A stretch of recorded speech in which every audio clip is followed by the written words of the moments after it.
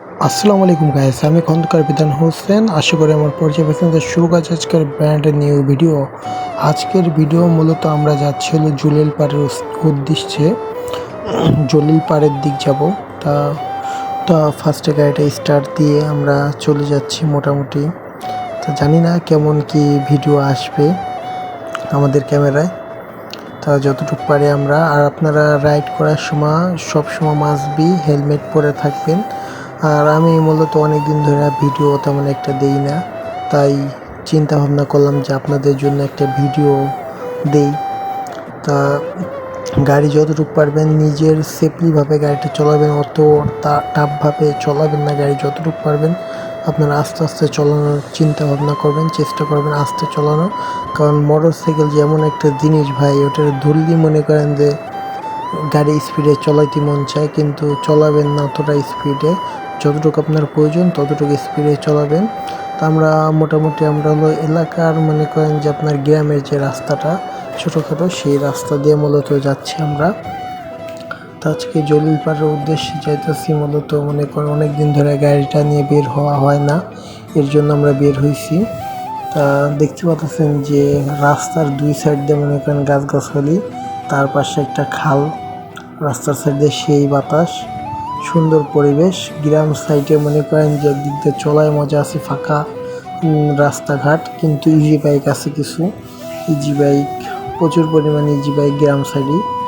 Dhaka city তো তেমন একটা ইজি বাইক না, রিক্সা, ভ্যান, বাস এইসবের যানজটের থেকে গ্রাম সাইডটা অনেক বেস্ট আমি যেটা মনে করি আমার দিক থেকে।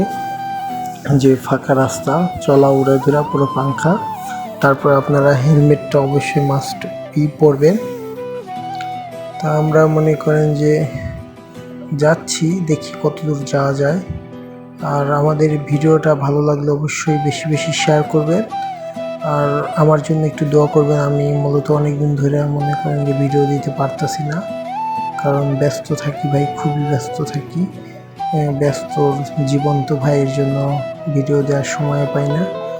তা আমি চিন্তা ভাবনা করছি নিয়মিত ভিডিও দেওয়ার চেষ্টা করব, যতটুকু পারি আপনাদের সাথে থাকবো সবসময়। তা আমরা মনে করেন যে আপনার এই যে একটা অটো দেখতে পাচ্ছেন, এই জায়গার রাস্তাঘাট একটু মোটামুটি ভালো আছে। তারপর মনে করেন যে ভাঙ্গাচোরা আছে অনেক জায়গায়। তা গাড়িটা কিন্তু আমি বেশি স্পিডে চলা যাচ্ছি না, আপনার যা 30 বা 40 এরকম স্পিডে আমি চলা যাচ্ছি, এর বেশি স্পিডে চলাইনি মোটামুটি। তা আপনার রাস্তাটা হলো সেই আমার কাছে, আর সেই প্রকৃতির বাতাস ভালোই লাগতেছে বিষয়টা আমার কাছে। তা আপনাদের কাছে কিরকম কি লাগতেছে অবশ্যই কমেন্ট করে জানাবেন আমাকে। তা আমরা এখন এসে পড়েছি মূলত নোয়াটা বাজার। আপনার নোয়াটা বাজারে কিসের যেন একটা মিটিং হইতেছে, মোটামুটি মেবি অনেক লোকজন। রাস্তার দুই সাইড দিয়ে মনে করেন দাঁড়ানো, হরেন দিয়ে ঢুকলাম কোনো মতে আস্তে আস্তে করে।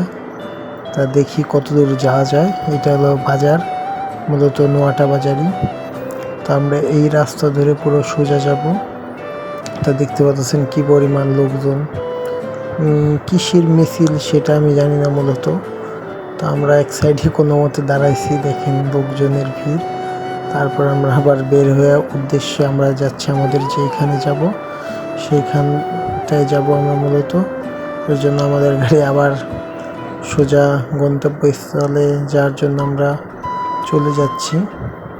তা মোটামুটি আমি কিন্তু খুবই আস্তেই চলাই গাড়ি। ভিডিওটা একটু টেনে দেওয়া, তো এর জন্য মনে হইতেছে অনেক ফাস্ট চলা যাচ্ছে, আমি অতটা ফাস্ট চলাই না। তা দেখতে পাচ্ছেন আমরা কিন্তু রাস্তায় ঘাটে অনেক লোকজন, মোটামুটি এই ডাইনে পাশে সব জায়গায় লোকজন ভরা রাস্তায়, দুধার দিয়ে লোকজন কম বেশি। তার জন্য আপনারা খুব আস্তে আস্তে সতর্কভাবে যাবেন। আর মোড়ে অনেক সময় হরেন দিবেন, কারণ অনেক সময় বড় গাড়ি ঢুকলে কিন্তু পুরো রিস্ক, কারণ রাস্তা কিন্তু ছোটো রাস্তা।